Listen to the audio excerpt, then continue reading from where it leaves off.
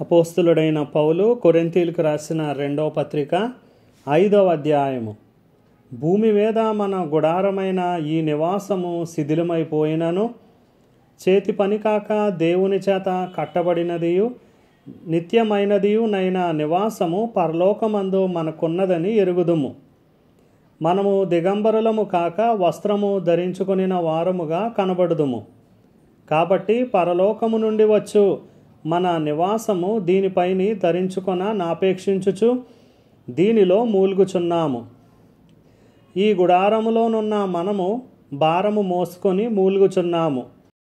ఇది తీసివేయవలెనని కాదు గాని మర్త్యమైనది జీవము చేత మృంగివేయబడినట్లు ఆ నివాసమును దీనిపైని ధరించుకొనగోరుచున్నాము. దీని నిమిత్తము మనలను సిద్ధపరిచిన వాడు దేవుడే. మరియు ఆయన తన ఆత్మ అను సంచకరువును మనకు అనుగ్రహించి ఉన్నాడు. వెలిచూపు వలన కాక విశ్వాసము వలననే నడుచుకొనుచున్నాము. గనుక ఈ దేహంలో నివసించుచున్నంత కాలము ప్రభువునకు దూరముగా ఉన్నామని ఎరిగియుండియు ఎల్లప్పుడూ ధైర్యము గలవారమై ఉన్నాము. ఇట్లు ధైర్యము కలిగి ఈ దేహమును విడిచిపెట్టి ప్రభువునొద్ద నివసించుటకు ఇష్టపడుచున్నాము. కావున దేహమందున్నను దేహమును విడిచినను ఆయనకిష్టులమై ఉండవలెనని మిగుల ఆపేక్షించుచున్నాము. ఎందుకనగా తాను జరిగించిన క్రియల చొప్పున అవి మంచివైనను సరే చెడ్డవైనను సరే దేహంతో జరిగించిన వాటి ఫలమును ప్రతి వాడును పొందునట్లు మనమందరమును క్రీస్తు న్యాయపీఠము ఎదుట ప్రత్యక్షము కావలియును. కావున మేము ప్రభు విషయమైన భయము నెరిగి మనుష్యులను ప్రేరేపించుచున్నాము. మేము దేవునికి ప్రత్యక్షపరచబడిన వారము, మీ మనస్సాక్షులకు కూడా ప్రత్యక్షపరచబడి ఉన్నామని నమ్ముచున్నాను. మమ్మును మేమే మీ ఎదుట తిరిగి మెప్పించుకొనుట లేదు గాని హృదయమునందు అతిశయపడక పైరూపమునందే అతిశయపడు వారికి ప్రత్యుత్తరం ఇచ్చుటకు మీకు ఆధారము కలుగవలెనని మా విషయమై మీకు అతిశయ కారణము కలిగించుచున్నాము. ఏలయనగా మేము వెర్రివారం అయితిమా దేవుని నిమిత్తమే, స్వస్థబుద్ధి గలవారం అయితిమా మీ నిమిత్తమే. క్రీస్తు ప్రేమ మమ్మును బలవంతము చేయుచున్నది.